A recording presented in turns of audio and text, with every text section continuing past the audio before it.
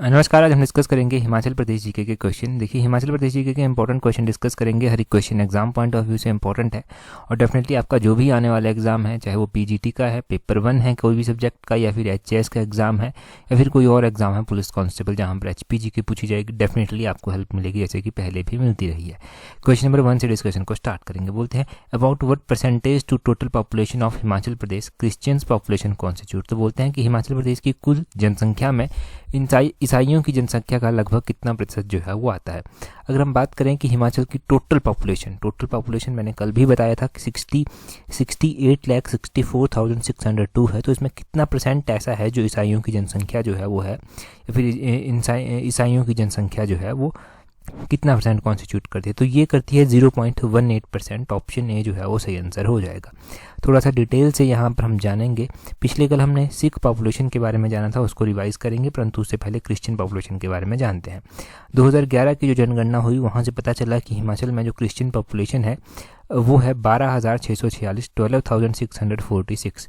अगर हम हाईएस्ट की बात करते हैं तो हाईएस्ट जो है वो डिस्ट्रिक्ट कांगड़ा में है। डिस्ट्रिक्ट कांगड़ा में ये पॉपुलेशन 3023 है, 3023 जो है वो है।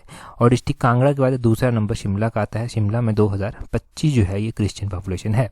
अगर हम बात करते हैं कि लोएस्ट कहाँ पर है, तो देखो लोएस्ट क्रिश्चियन पॉपुलेशन हिमाचल में लाहौल स्पीति में है।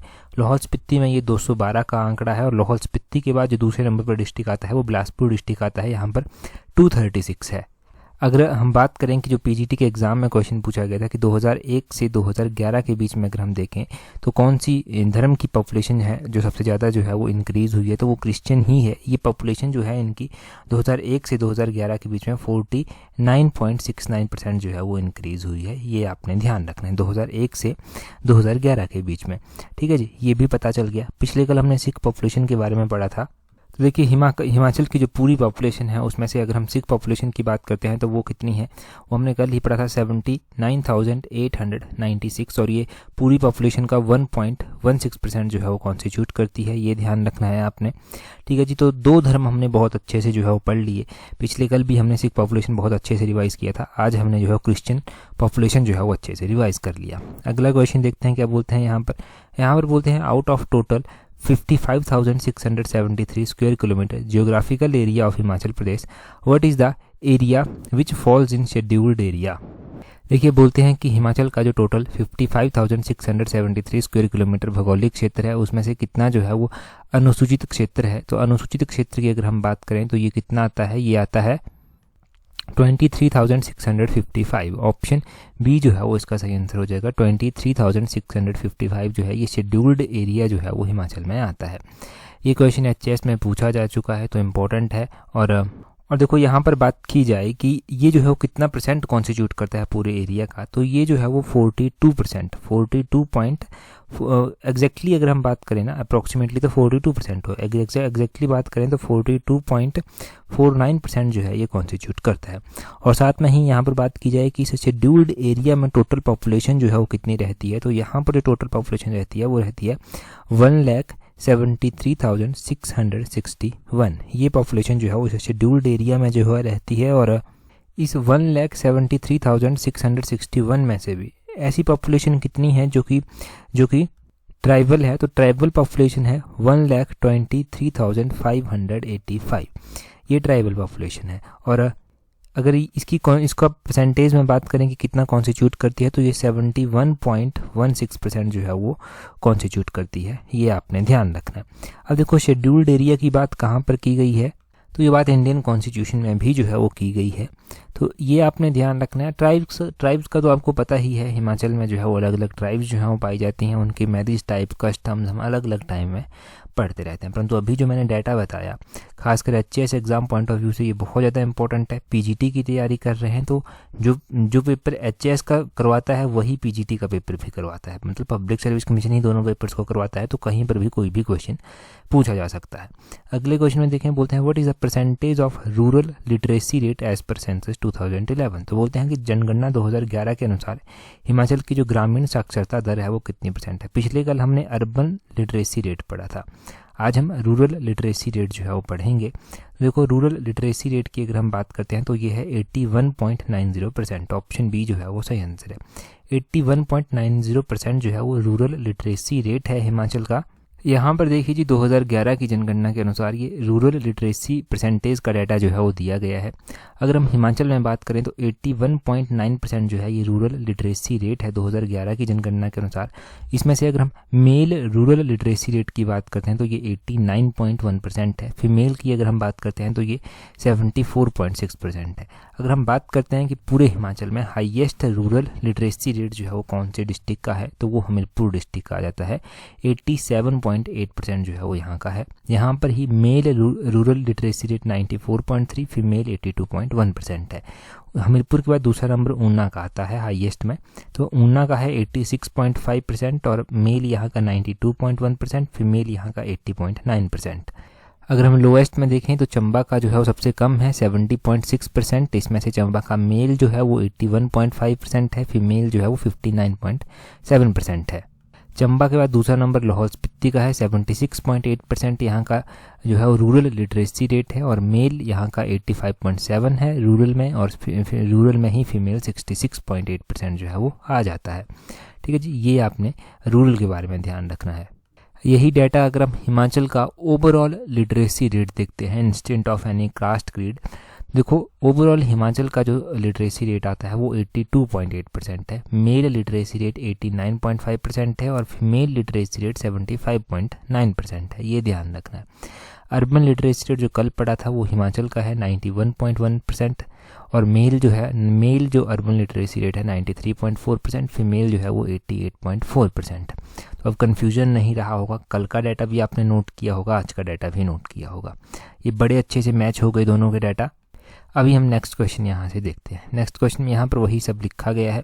नेक्स्ट क्वेश्चन में देखिए क्या बोला गया है। नेक्स्ट क्वेश्चन में बोला गया है according to 2015 to 2016 agriculture census what is the percentage of small land holding in Himachal Pradesh. तो बोलते हैं कि 2015-16 में जो एग्रीकल्चर सेंसस हुआ उस एग्रीकल्चर सेंसस के अनुसार हिमाचल प्रदेश में छोटी भूमि जोतें जो हैं वो कितनी प्रतिशत जो है वो कॉन्स्टिट्यूट करती हैं, यानी कि जो स्मॉल लैंड होल्डिंग है वो कितना परसेंट जो है वो यहाँ पर जो है वो कॉन्स्टिट्यूट करता है। तो ये स्मॉल लैंड होल्डिंग जो है वो कितना आता है, ये 17.40% जो है वो आता है। ऑप्शन ए जो है वो सही आंसर है। चलो ठीक है, 17.40% जो है ये आता है, ये तो सही बात हो गई। परंतु इसी तरह का डाटा हमने और भी पढ़ रखा है। यहाँ पर हमने क्या पढ़ा था, हमने पढ़ा था किसानों को जो है वो बांटा गया है। कैसे बांटा गया है, कुछ किसानों को लार्ज फार्मर कहा गया। लार्ज फार्मर किसको कहा गया, जिनके पास 10 हेक्टेयर या उससे अधिक की भूमि है उनको लार्ज फार्मर कहा गया। कुछ को जो था वो मीडियम फार्मर कहा गया, जिनके पास 4 हेक्टेयर से 10 हेक्टेयर के बीच में थी उनको मीडियम फार्मर कहा गया। कुछ को सेमी मीडियम कहा गया। सेमी मीडियम किसको कहा गया, जिनके पास 2 से 4 हेक्टेयर के बीच में भूमि है। स्मॉल फार्मर किसको कहा गया, स्मॉल फार्मर जो था वो कहा गया जिनके पास 1 से 2 हेक्टेयर के बीच में जो है वो भूमि है। और उसके बाद आगे मार्जिनल फार्मर। मार्जिनल फार्मर उनको कहा गया जिनके पास 1 हेक्टेयर से भी कम की भूमि है, उनको मार्जिनल फार्मर कहा गया। अब लैंड होल्डिंग किसके पास कितनी परसेंट है, तो सबसे ज़्यादा तो मार्जिनल फार्मर के पास है। इनके पास जो है वो 71.45% जो है वो लैंड होल्डिंग है, ये ध्यान रखना है। उसके बाद स्मॉल फार्मर्स के पास कितनी है, इनके पास 17.40% है। उस पर सेमी मीडियम की बात करें तो इनके पास 8.25% जो है वो है, और अगर हम मीडियम की बात करें तो इनके पास 2.60% जो है वो आ जाती है। उसके बाद आता है लार्ज फार्मर, तो इनके पास 0.30% जो है वो लैंड होल्डिंग है, ये आपने ध्यान रखना है। और एक क्वेश्चन यहाँ से ये बनता है कि एवरेज साइज़ क्या है, एवरेज साइज़ क्या है लैंड होल्डिंग का, तो एवरेज साइज़ जो है वो है 0.95 हेक्टेयर, वो आपने ध्यान रखना है, 0.95 हेक्टेयर। नेक्स्ट क्वेश्चन में देखिए क्या बोलते हैं, यहाँ पर बोलते हैं अकॉर्डिंग टू AE मतलब एडवांस एस्टिमेट, इसका मतलब है according to advance estimate the PCI मतलब per capita income at current prices for financial year 2023-2024 is, तो बोलते हैं कि 2023-24 के लिए एक एडवांस एस्टिमेट जो बताया गया है, उस एडवांस एस्टिमेट के अनुसार हिमाचल की जो पर कैपिटा इनकम है वो कितनी एस्टिमेटेड है। देखो करंट प्राइजेस पर पूछी गई है और 2023-24 के लिए पूछी गई है। 2023-24 के लिए हिमाचल की पर कैपिटा इनकम 2,35,199 है। ऑप्शन सी जो है वो सही आंसर हो जाएगा। 2,35,199 जो है ये हिमाचल की पर कैपिटा इनकम है। पर कैपिटा इनकम से भी बहुत बार क्वेश्चन पूछे गए हैं एग्जाम में, तो यहाँ से हम रिवाइज कर लेते हैं। देखो, according to advance estimate per capita income की बात की जा रही है करंट प्राइसेस पर, तो ये 2023-24 फाइनेंशियल ईयर में 2,35,199 थी। इसी को अगर हम लास्ट ईयर के साथ कंपेयर करें 2022-23 के साथ, तो 2022-23 में ये 2,18,788 थी। इसमें जो ग्रोथ देखने को मिलती है इसी दौरान, तो ये ग्रोथ देखने को मिलती है 7.5%, ये ध्यान रखना है। अगर हम बात करते हैं पर कैपिटा इनकम की हिमाचल में, तो देखो पर कैपिटा इनकम जो 2022-23 में थी वो थी 2,18,788, ये ध्यान रखना है। 2021-22 में कितनी थी, वो थी 1,95,795, और 2020-21 में कितनी थी, 1,73,152, ये ध्यान रखना है। अब किस में कितना ग्रोथ देखने को मिला ये भी तो पता होना चाहिए आपको। ग्रोथ की अगर हम बात करते हैं तो देखो 2022-23 की अगर हम बात करें तो 2023-24 तो हमने जान लिया कि यहाँ पर 7.5% इंक्रीज ग्रोथ जो है वो देखने को मिला है। 2022-23 की बात करें तो यहाँ पर 11.7% ग्रोथ देखने को मिला है। अगर हम बात करते हैं 2021-22 की, तो 2021-22 में यही ग्रोथ जो था वो 13.1% देखने को मिला था। और अगर हम बात करते हैं इससे पहले 2020-21 की, तो 2020-21 में ये ग्रोथ रेट माइनस में देखने को मिला था, -7.2% देखने को जो था वो मिला था, ये ध्यान रखना है। अच्छा, हम बात कर लेते हैं यहाँ पर कि 2023-24 में जो एडवांस एस्टिमेट है उसके अकॉर्डिंग इंडिया की पर कैपिटा इनकम कितनी है।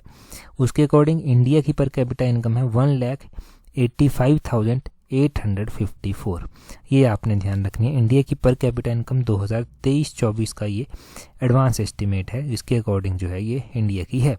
ठीक है जी, तो ये भी हो गया। ये होपफुली कॉन्सेप्ट बड़े अच्छे से क्लियर हो गए होंगे यहाँ से पर कैपिटा इनकम के। ठीक है, सीधा 2 नंबर का क्वेश्चन बनता है एग्जाम में यहाँ से। अगला क्वेश्चन देखिए, अभी ना पीजीटी का एग्ज़ाम हुआ है, पॉलिटी का एग्ज़ाम हुआ है, इंग्लिश का एग्ज़ाम हुआ, तो मुझे बहुत सारे कमेंट्स आपने भी पढ़े होंगे बहुत सारे वीडियोस पे, अलग अलग वीडियोस पे, और मुझे ईमेल भी पर्सनली आए कि जो हमारी ये सीरीज़ हैं, चाहे वो मिशन एलाइड हो गया, उत्तीर्ण सीरीज़ हो गया, सफलता सीरीज़ हो गया, गिरिराज पत्रिका स्पेसिफिक हो गया, इन सभी सीरीज़ से जो है बहुत ज़्यादा हेल्प जो है वो मिली है।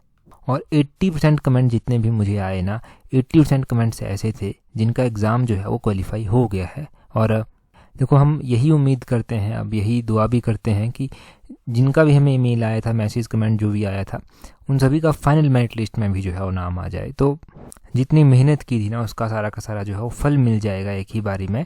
और अभी तैयारी मत छोड़ना, टीजीटी का एग्ज़ाम जो है वो आने वाला है। टीजीटी के एग्ज़ाम के लिए अभी कंटिन्यू करिए, क्योंकि 1 महीना भी पीछे चले गए ना तो मतलब बहुत गैप पड़ जाता है फिर। अगला क्वेश्चन देखिए, अगले क्वेश्चन में क्या बोलते हैं total number of ayurvedic hospitals in Himachal Pradesh up to December 2023। Ayurvedic hospitals की संख्या पूछी गई है हिमाचल प्रदेश में, दिसंबर 2023 तक का डाटा पूछा गया है। देखिए जी, आयुर्वेदिक हॉस्पिटल्स की अगर हम बात करते हैं कि हिमाचल में जो है वो कितने हैं, तो ये जो हमारे पास दिसंबर 2023 तक का डाटा अवेलेबल है, तो आयुर्वेदिक हॉस्पिटल हिमाचल में 32 हैं। ऑप्शन बी जो है वो सही आंसर हो जाएगा। ये 32 नंबर आपने ध्यान रखना है आयुर्वेदिक हॉस्पिटल का, दिसंबर 2023 तक का डाटा ये पूछा गया है। अच्छा, कुछ और हॉस्पिटल्स या फिर कुछ और इस तरह का डाटा भी हिमाचल के बारे में पूछा जाए तो एक तो पोस्ट ग्रेजुएट आयुर्वेदिक कॉलेज कितने हैं, वो एक ही है। अगर हम बात करें कॉलेज ऑफ फार्मास्यूटिकल साइंस कितना है गवर्नमेंट सेक्टर में, वो एक ही है।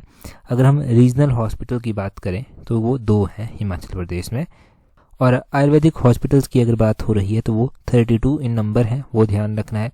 एक अमची हेल्थ सेंटर भी है हिमाचल में। अमची हेल्थ सेंटर जो है वो कितने हैं, अमची हेल्थ सेंटर जो है वो 4 हैं। अगर नंबर ऑफ यूनानी डिस्पेंसरीज़ की अगर हम बात करें तो यूनानी डिस्पेंसरीज जो हैं वो कितनी हैं, वो 3 हिमाचल प्रदेश में है। नंबर ऑफ होम्योपैथी डिस्पेंसरीज कितनी हैं, तो होम्योपैथी जो हेल्थ सेंटर है हिमाचल में वो 14 है। ये सारा का सारा डाटा दिसंबर 2023 तक का जो है वो डिस्कस हो रहा है, ये आपने ध्यान रखना है। अच्छा, ड्रग टेस्टिंग लैब कितनी है हिमाचल में, ये भी ध्यान रखना। ड्रग टेस्टिंग लैब तो वो एक ही है हिमाचल प्रदेश में। ये सारा डाटा हमेशा आपको याद होना चाहिए, यहाँ से क्वेश्चन पूछे जाते हैं, कई बार मैच करने को पूछ लेते हैं, कई बार डायरेक्टली पूछ लेते हैं। अगर डाटा याद होगा तो कुछ भी करके कैसे भी पूछ ले एग्जामिनर, आपको नहीं हरा सकता वो। नेक्स्ट क्वेश्चन देखते हैं, नेक्स्ट क्वेश्चन में क्या पूछा गया है। अगला क्वेश्चन देखें उससे पहले देखो, अगर तैयारी कर रहे हैं आप पीजीटी की और पेपर 1 है किसी भी सब्जेक्ट का, देखो पेपर 1 के लिए आप टेस्ट सीट जो है वो अवेल कर सकते हैं। टेस्ट सीट का लिंक नीचे डिस्क्रिप्शन बॉक्स कमेंट बॉक्स में दिया गया है। अब देखो टेस्ट सीरीज से होगा क्या, अब प्रैक्टिस होगी। पेपर तो कैसा भी आ सकता है, परंतु अगर आप अच्छी प्रैक्टिस करके जाएंगे तो आप एग्ज़ाम में हर एक सिचुएशन के लिए तैयार रहेंगे। जैसा कि अभी आपने देखा पेपर जो हुए पीजीटी पेपर 1 के, अगर अच्छी प्रैक्टिस आपने की थी, अच्छी तरह से पढ़कर गए थे और प्रैक्टिस भी साथ में की थी, तो डेफिनेटली एग्ज़ाम क्रैक हुआ होगा। पेपर 1 में तो कोई दिक्कत आई ही नहीं होगी, बस फाइनल मेरिट लिस्ट का इंतज़ार रहेगा। तो वैसे ही आप भी जो है वो टेस्ट सीरीज अवेल कर सकते हैं। टेस्ट सीरीज के लिंक नीचे डिस्क्रिप्शन बॉक्स कमेंट बॉक्स में दिए गए हैं। क्वेश्चन देखिए अगले क्या बोलते हैं Sashakt Mahila Yojana launch in Himachal Pradesh too. Himachal Pradesh में जो सशक्त महिला योजना शुरू की गई है वो किसके लिए शुरू की गई है। अब देखो हिमाचल प्रदेश में जो सशक्त महिला योजना शुरू की गई है, इसका एम है कि जो सोशियो इकोनॉमिक जो स्टेटस है महिलाओं का उसको इम्प्रूव करना। ऑप्शन ए सही आंसर है।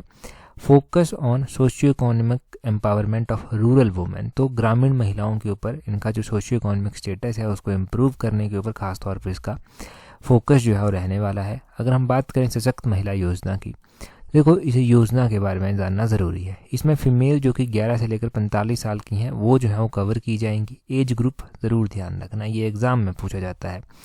इसका मेन ऑब्जेक्टिव क्या है, इसका मेन फोकस यही है कि सोशियो इकोनॉमिक एम्पावरमेंट जो है वो ग्रामीण महिलाओं को जो है लाई जाए। कैसे पॉसिबल होगा ये, उनको अवेयर किया जाए कैंप्स के थ्रू। कैंप्स जो हैं वो लगाए जाएँ और मीटिंग्स की जाएँ, अलग अलग जो मीटिंग्स होंगी वहाँ पर वुमेन सेंट्रिक जो वेलफेयर स्कीम्स हैं उनके बारे में बताया जाए, उनके राइट्स उनको बताए जाएँ। फैसिलिटी जो इंस्टीट्यूट्स उनको फैसिलिटीज़ देते हैं और उनको इस लायक बनाते हैं कि वो जो है वो अपने लिए कुछ कर सकें, वैसे उन चीज़ों के बारे में बताया जाए और जो भी उनका पोटेंशियल है उसको फुली जो है वो यूटिलाइज़ किया जाए। ये जो है शेयर करने की कोशिश की जाती है इस योजना में।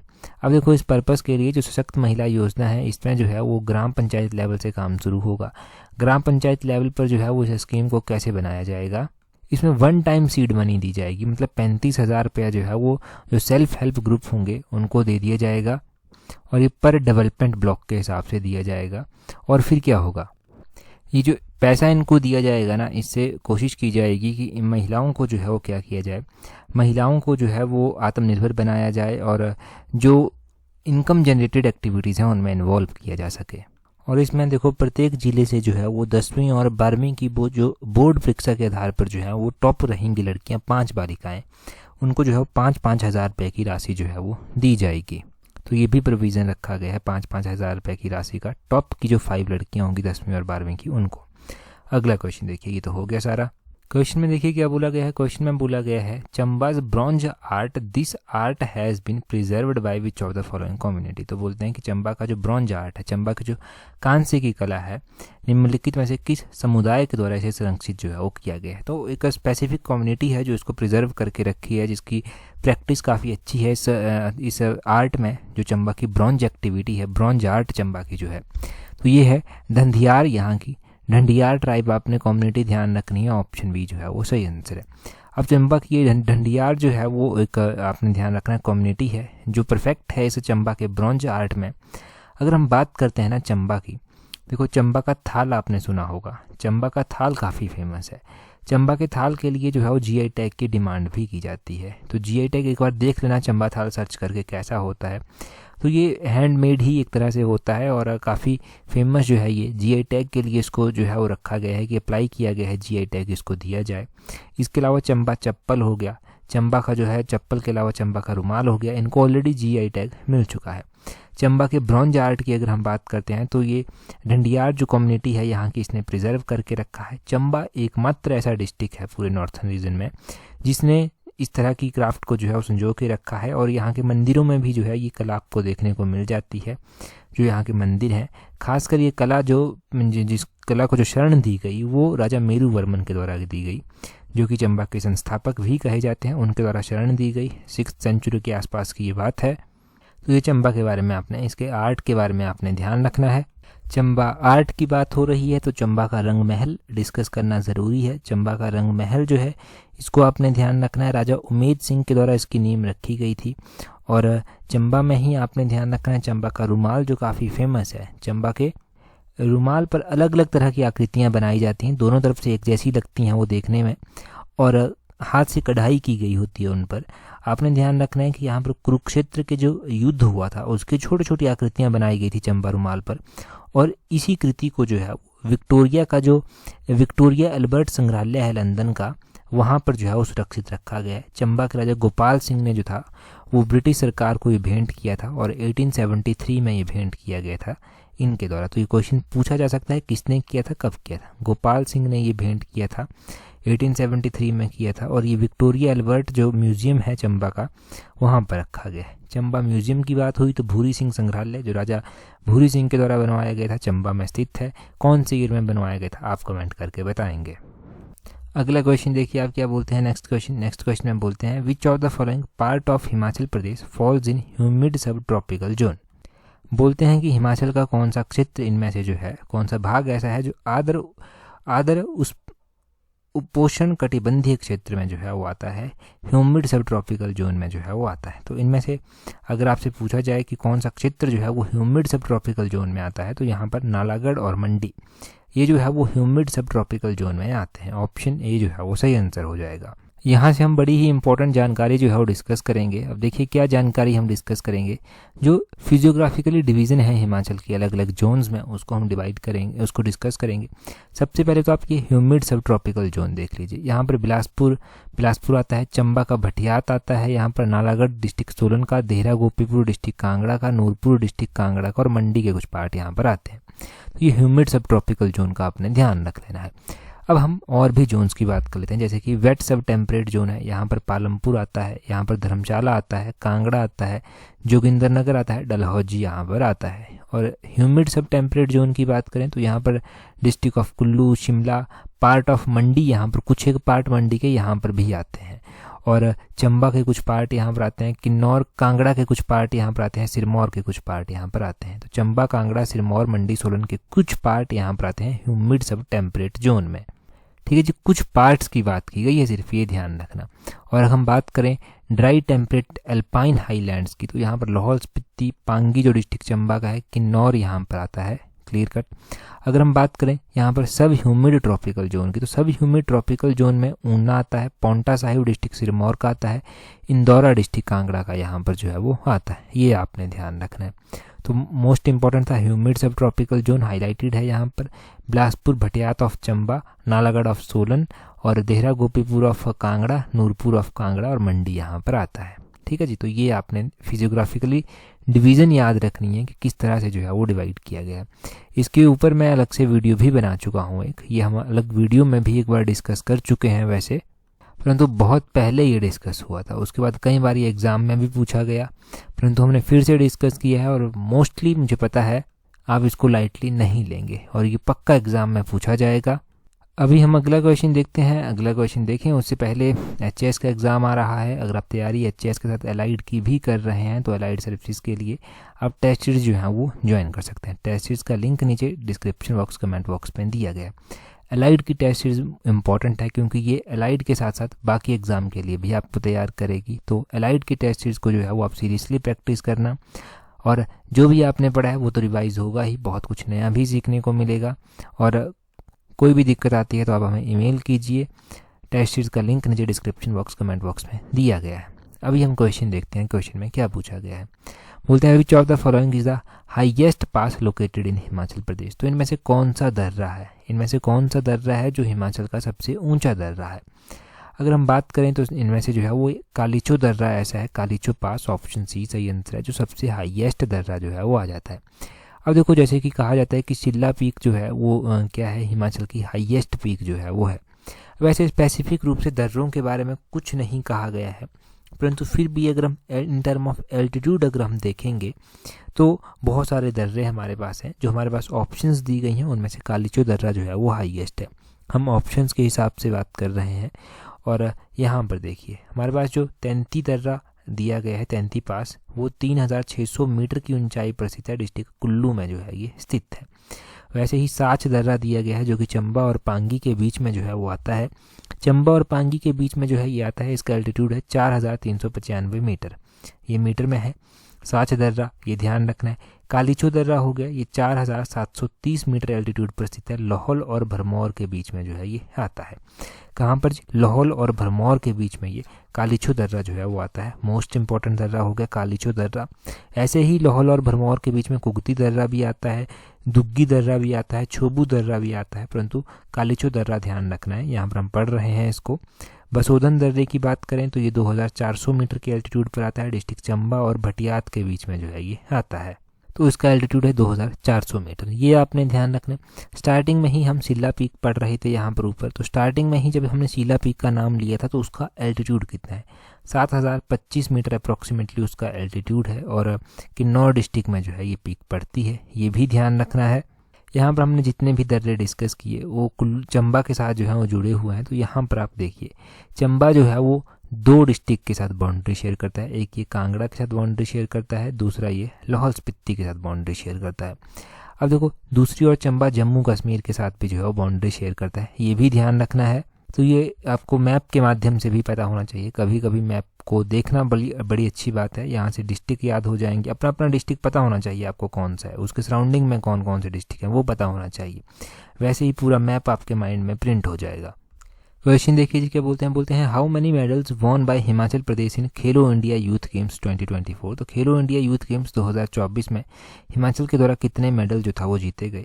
4 ऑप्शंस आपके पास दिए गए हैं, पिछले कल ही हमने डिस्कस किया था, स्टार्टिंग में ही डिस्कस किया था, तो अभी आप कमेंट करके बता दीजिए। टेलीग्राम पर ज्वाइन नहीं किया तो टेलीग्राम पर ज्वाइन करने के लिए अपने टेलीग्राम से @tolexam31 सर्च करना, आपको हमारा टेलीग्राम चैनल मिल जाएगा। That's all for today. Thank you very much for watching and listening it very patience.